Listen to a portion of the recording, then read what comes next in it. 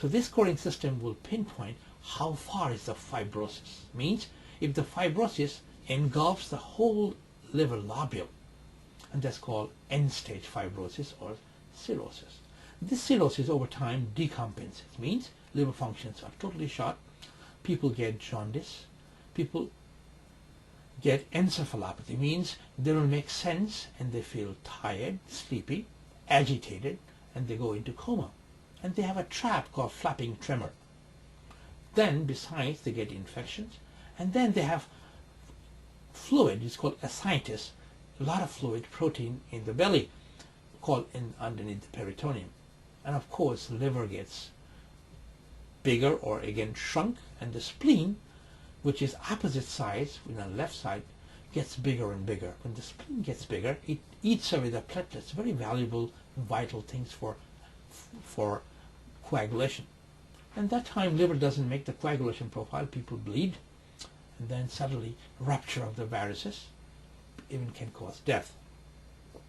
There are other modalities to control this as prophylaxis of many things.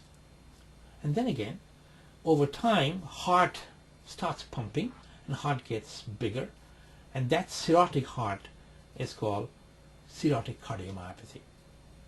The complications of cirrhosis can affect the kidneys, and eventually kidney will shut down. It's called hepatorenal syndrome. Even the lungs are affected, called portopulmonary hypertension, or hypertensive from the cirrhosis liver disease. And this is a shunt actually, called portopulmonary syndrome or hepatopulmonary syndrome, which liver is the culprit, but due to liver failure, lung takes the brunt and the hit. Then again, people get infected in that excess fluid in the ascites, called bacterial peritonitis, and these are all factors which promote death and mortality. They're numbers. So how we manage this? Besides the fibrotic score we talked about, let me go back. Besides the needle biopsy, Terry Poniard and others, many other people, even from Southampton's, Bill Rosenberg, and many other people are looking for biochemical markers called fibrosis. There are several others available: FibroSure, FibroSprect, Fibrometer, and there's another scan called FibroScan, which is also developed in France and very, very commonly used in France now. So this is a scan of a particular sonogram that goes through an echo pattern which hits all the fibrous tissue in the liver, and they get the echo, and computerized module, they pick up the echo variations and the time called latency, and they have come up to a kind of a statistical analysis. They find out this is the pattern in kilopixel, but 0.122 over is the fibrotic score is high with cirrhotic. So in future it's going to be in our paradigm, regularly used in hospitals, but now on it's still as a research tool. But in France it's used quite prevalently. Now what happens with the hepatitis C? It's called cirrhosis. Not only that, every year the chance of cancer is 4%. So remember, 20 years 20% develop cirrhosis. Every year decompensation about 5% and 4% cancer. Liver cancer is near death, though we still have modalities of using liver transplant to correct or to give transplant. Now we have only modality to cure liver cirrhosis with or without liver cancer. If this cancer, count or number of the cancers are 3, less than 3 centimeter, or 1, 5 centimeter, or there are extended criteria called UCSF over 6 centimeters, and there are other Barcelona's and Chinese criteria called Krupi criteria and old Japanese criteria called Okuda's criteria. So now they come up and validated that these livers could be transplanted. But if the tumor is so big, we can use radio frequency, a radio wave, to kill the tumor, or injections of ethanol, or injections of even acetic acid, injection of chemotherapy. And then we can use cryo, means cold therapy inside the tumor as well. These are all in the research now.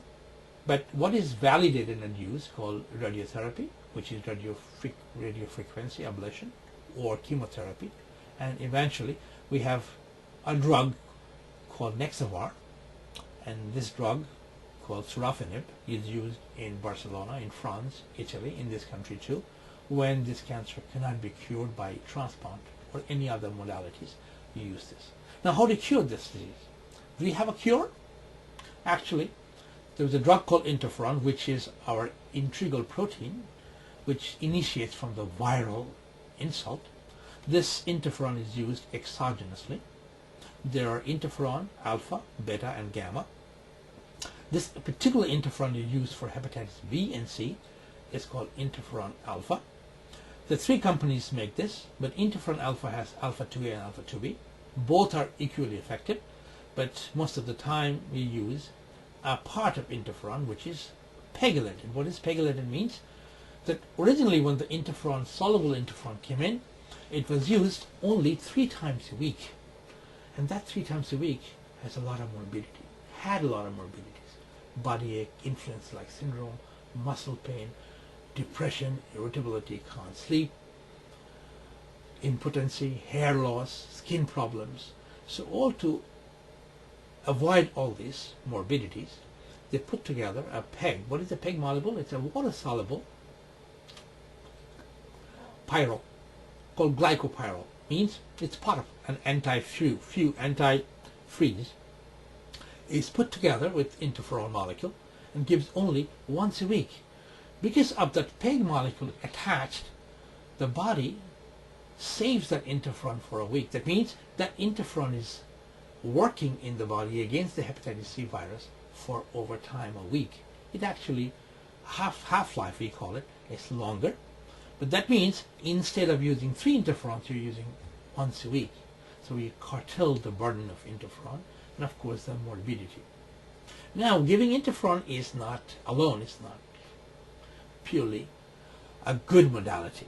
So what we have another drug called nucleoside analog called ribavirin. So ribavirin is also in the mainstream of the therapy. It's an oral drug.